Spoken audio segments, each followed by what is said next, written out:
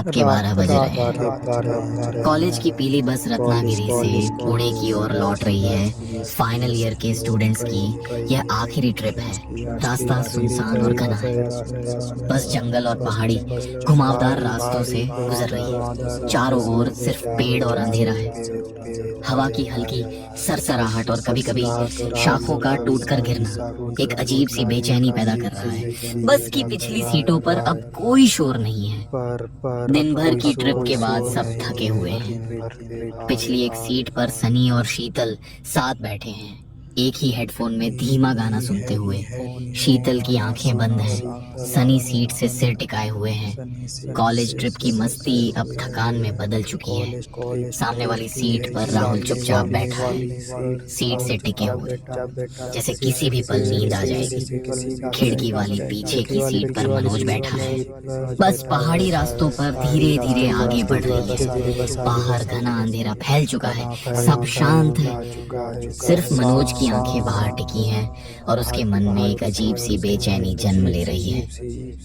आगे की सीट पर प्रिंसिपल विजय सर बैठे हैं, जो बार बार अपनी घड़ी देख रहे हैं। उनके ठीक पीछे टीचर काजल मैडम बैठी है, जो थोड़ा चिंतित लग रही है क्योंकि सूरज ढल चुका था और वे अभी भी जंगल के बीच में हैं। बस की स्टीयरिंग थामे ड्राइवर रामू मामा के माथे पर पसीने की बूंदें थीं। रामू मामा पिछले 20 सालों से गाड़ियां चला रहे थे, लेकिन आज उनके हाथ कांप रहे थे। तभी विजय सर ने कड़क आवाज में कहा, मामा बस की रफ्तार थोड़ी बढ़ा, अंधेरा बहुत हो गया है। रामू मामा ने रियर व्यू मिरर में विजय सर को देखा और दबी आवाज में बोले, साहब यह काली घाटी है, यहाँ रफ्तार नहीं किस्मत काम आती है।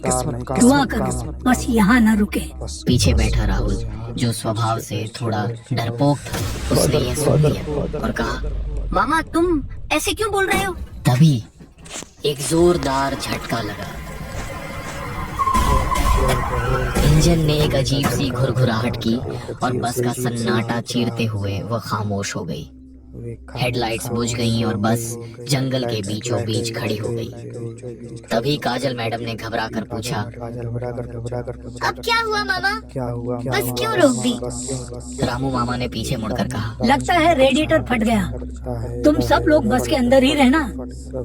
तभी सनी, जो ग्रुप का सबसे निडर लड़का, वो खड़ा हो गया और कहा, अरे मामा हम चेक करते हैं ना, शायद धक्का लगाने से स्टार्ट हो जाए। तभी रामू मामा लगभग चिल्ला पड़े, नहीं, मैंने जो कहा है वही करो, नीचे कोई नहीं उतरेगा, ये कोई आम जंगल नहीं है। उनकी आवाज में ऐसा डर था कि पूरी बस शांत हो गई। रामू बच्चों को डराओ मत, मैं प्रिंसिपल हूँ और मैं कहता हूँ कि हम बाहर जाकर खुली हवा में सांस लेंगे, यहाँ गर्मी से दम घुट रहा है। विजय सर ने दरवाजा खोला और नीचे उतर गए। उनके पीछे पीछे मनोज, सनी, काजल मैडम और राहुल भी उतर गए। शीतल बस के दरवाजे पर ही खड़ी रही। बाहर का माहौल बेहद डरावना था। हवा एकदम रुकी हुई थी। जंगल से झींगुरों की आवाज इतनी तेज थी कि कानों में चुभ रही थी। रामू मामा भी नीचे उतरे। उनके हाथ में एक लोहे की रॉड थी। उन्होंने सबको पास बुलाया और कांपती आवाज में कहा, मेरी बात ध्यान से सुनो। इस जंगल में एक चीज रहती है, छलावा। छलावा मतलब भूत? भूत नहीं, वह बहरूपिया है। वह तुम्हारी आवाज चुरा लेता है। वह तुम्हारे दोस्तों जैसा दिखता है और अगर तुम अकेले हो तो अपने असली रूप में आता है। इसीलिए अंधेरे से कोई तुम्हारा नाम पुकारे या तुम्हारा दोस्त तुम्हें जंगल के अंदर बुलाए तो मत जाना। जब तक तुम उस इंसान को छू न लो, भरोसा मत करना। विजय सर ने हताशा में सिर हिलाया और झुंझला कर कहा, रामू ये सब बातें बाद में करना, पहले गाड़ी ठीक करो। आधा घंटा बीत गया। नेटवर्क गायब था। मनोज को पेशाब लगी। वह बस से थोड़ी दूर जाने लगा। तभी सनी ने कहा, भाई कहाँ जा रहे हो? मनोज ने कहा, अरे यार जरा हल्का होकर आता हूँ, मैंने थोड़ा ज्यादा पानी पी लिया। सनी ने चेतावनी दी, ठीक है लेकिन ज्यादा दूर मत जाना। हाँ भाई यही हूँ।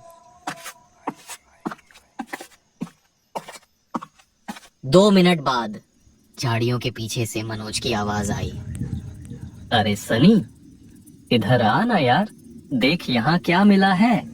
सनी आगे जाने ही वाला था कि शीतल ने उसका हाथ पकड़ लिया। तभी सनी ने पूछा, क्या हुआ? अब क्या दिखा इसे? शीतल ने धीरे से कहा,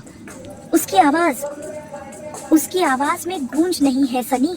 और मनोज तुझे कभी यार नहीं बोलता, वह तुझे हमेशा ब्रो बोलता है।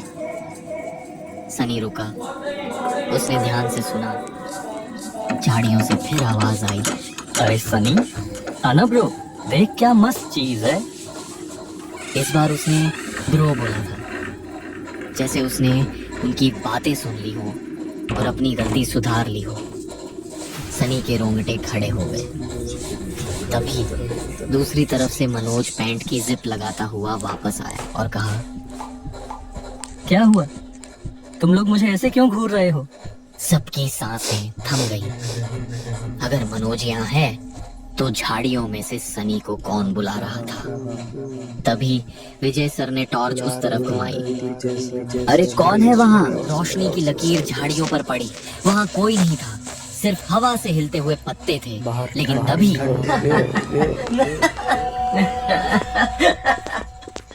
एक हंसी सुनाई दी। वह हंसी बिल्कुल मनोज जैसी थी। तभी विजय सर घबराए हुए कहते हैं, चलो चलो, सब बस में चलो।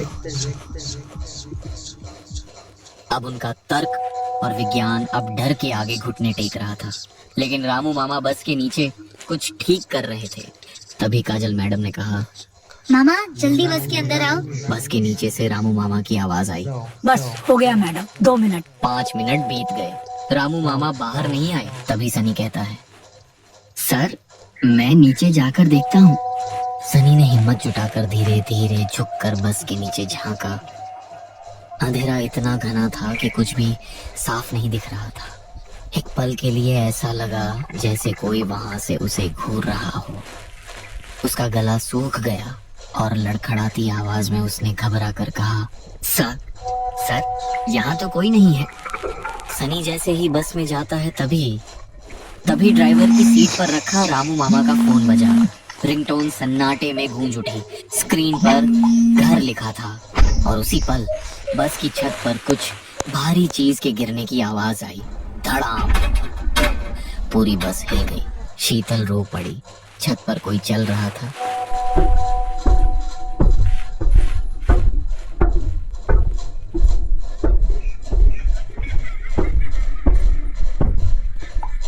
कदम बस के दरवाजे की तरफ बढ़ रहे थे। काजल मैडम ने कांपते हुए पूछा, सर दरवाजा लॉक है ना?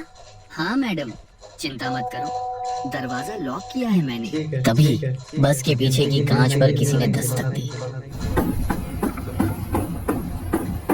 सबने मुड़कर देखा। खिड़की के बाहर रामू मामा का चेहरा था।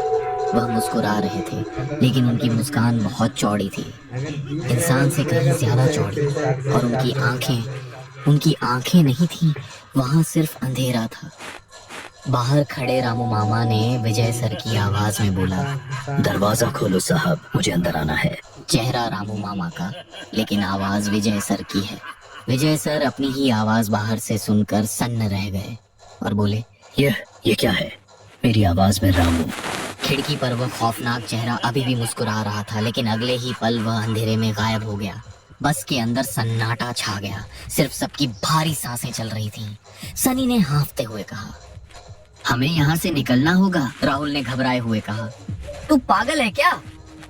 बाहर वो चीज घूम रही है। सनी गुस्से में, अबे तो क्या यहाँ अंदर बैठकर मरने का इंतजार करें?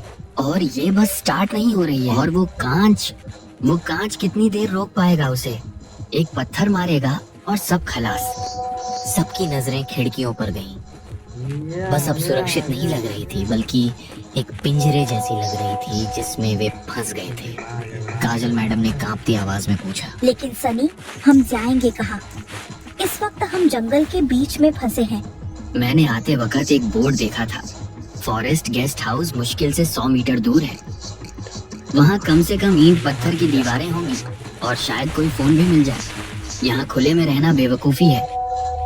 विजय सर ने पसीना पोंछा और कहा, सनी ठीक कह रहा है, यहाँ बैठे रहे तो वो हमें एक एक करके शिकार बनाएगा। फैसला हो गया, भागना ही एक रास्ता है। सब लोग एक दूसरे का हाथ पकड़ लो। चेन टूटनी नहीं चाहिए, चाहे कुछ भी हो जाए, कोई भी हाथ मत छोड़ना। इतना कहकर वे बस से नीचे उतरे।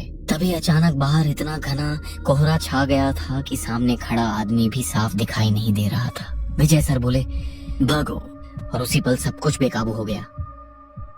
वे ऐसे भागने लगे कि किसी ने पीछे मुड़कर देखने की हिम्मत तक नहीं की।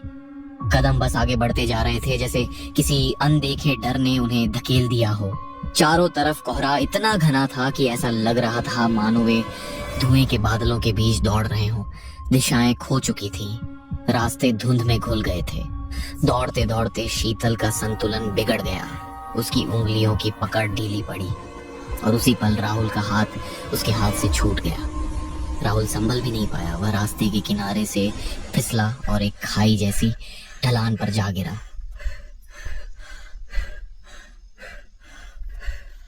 राहुल जैसे तैसे खुद को संभालता है और चारों ओर देखने लगता है। चारों तरफ घना जंगल है और हर ओर गहरा अंधेरा फैला हुआ है। जंगल की घनी खामोशी जैसे उसके कानों पर हथौड़ा की तरह गिर रही है। राहुल के कदम लड़खड़ा रहे हैं, सांसें तेज हो चुकी हैं। हर कदम के साथ उसे लग रहा है कि कोई उसके बिल्कुल पीछे चल रहा है, लेकिन जब वह पलट कर देखता, कुछ नहीं। तभी अचानक